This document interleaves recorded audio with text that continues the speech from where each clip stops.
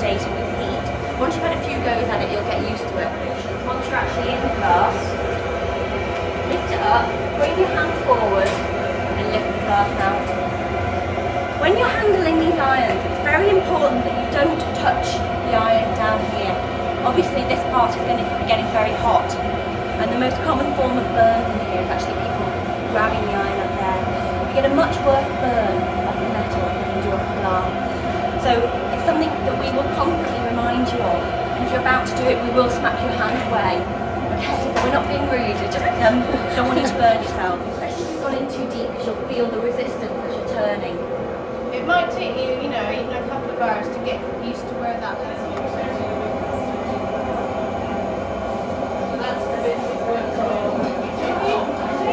Looks impressive on here. Looks like you know what you're doing.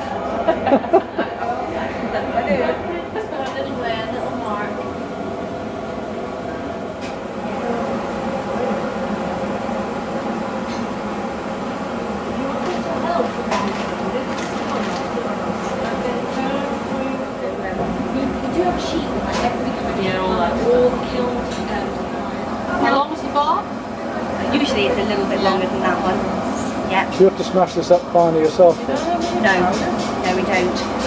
So it comes like this in this bar form, which if you stay in the hot shop you'll be using quite a lot of this. It's very, very concentrated colour, as you can see. When this one is blown out it goes that very very dark, indigo-y. Yes. And as you can see, this is a transparent colour and this is opaque. Yeah. The transparent is going to let the light in and opaque isn't. So this is the thing you need. What type's the opacity? Well, the base glass would be clear anyway. All over.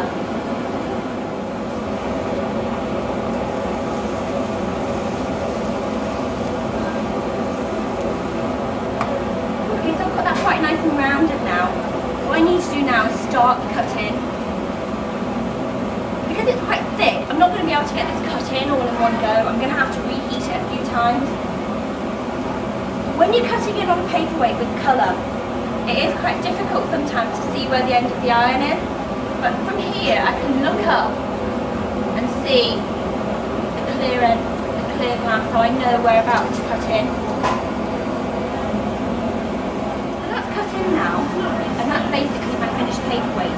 I can leave it like that and let it cool down. I just want to show you one other thing, and then hopefully by lunchtime you will have all made a paperweight with colour. I'm going to hold this up in the air. And what that's going to do, the paperweight is going to sink onto that stalk, and you can just about see it.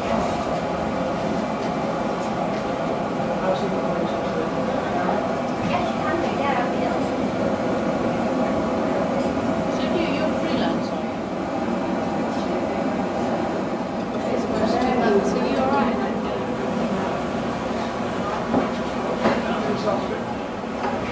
Pulling out a little bit. Yeah, start to pull out as well.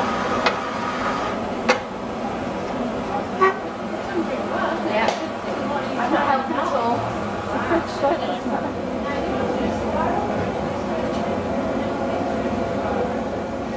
Okay, I want to drop that iron. That line. Wow. Clever, isn't it? But this one goes straight back in the wet bucket. Now contrast the experience of working with hot glass with working with cold glass, as we call it. Warm glass. It's often two pieces of glass become merged and the edge softened. Happens at a certain temperature. What's that temperature? Well, with these it will be about 800 degrees. Slumping, bending the glass is a slightly cooler temperature because you're not wanting the glass to actually merge, but you just want it to bend under its own weight. So these cutters are held basically like a pen between your first finger and thumb. If you want to adapt that later on, then do, but I'd definitely start off with that as your basic way of holding a cutter. You always push away from you, so we're actually pushing the surface, the wheel of the you haven't got much leverage or grip on the glass, so that's where your pliers can be handy. Place those right up against the edge of the score line, and your hand gripping the other piece, and just give it a little snap. do curves. So I'm just going to create a curvy, wavy piece there. Now, glass wants to break in a straight line or jump to the nearest exit as soon as possible, which is really annoying. So we're going to try and encourage it to follow that curvy line by, this time, rather than snapping, you risk it shooting, coming up to here and then shooting all the way along and joining that other bit there. We want to encourage it to follow that curve. So by tapping underneath, directly underneath the score line, you're shocking that little area and bringing the score line down through the glass until it just breaks in two, like so. Apply it to the edge of the wheel here.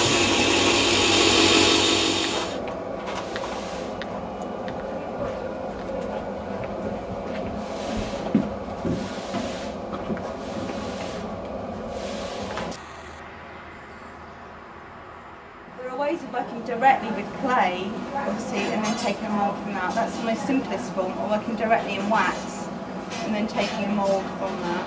Or you can look at making more intricate moulds from rubber substances like gel flex, where you have undercuts on an object. You need to be able to get the original material out. Oh, I've got far too much. See if anybody else wants some of yours. Yeah.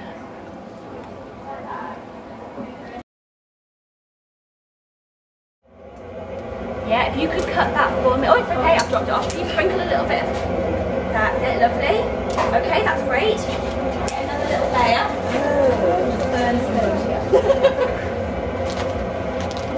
It's too early.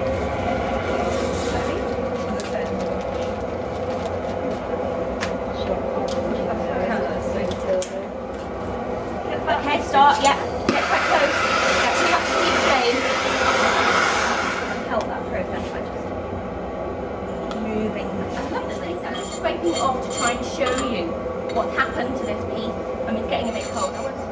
This will actually, all this sand you can brush off with a wire brush once you've finished. I'm breaking this down quite a lot to let the sand run off the end of the iron. You can see I've got most of the sand actually off the end of the iron. I don't want it all up around the neck.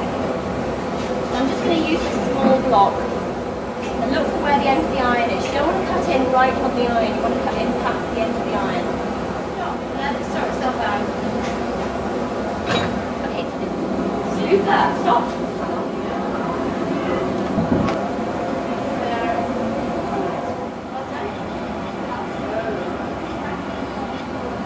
It's not only cutting it.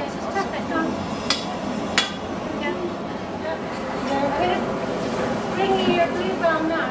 You turn towards yourself now.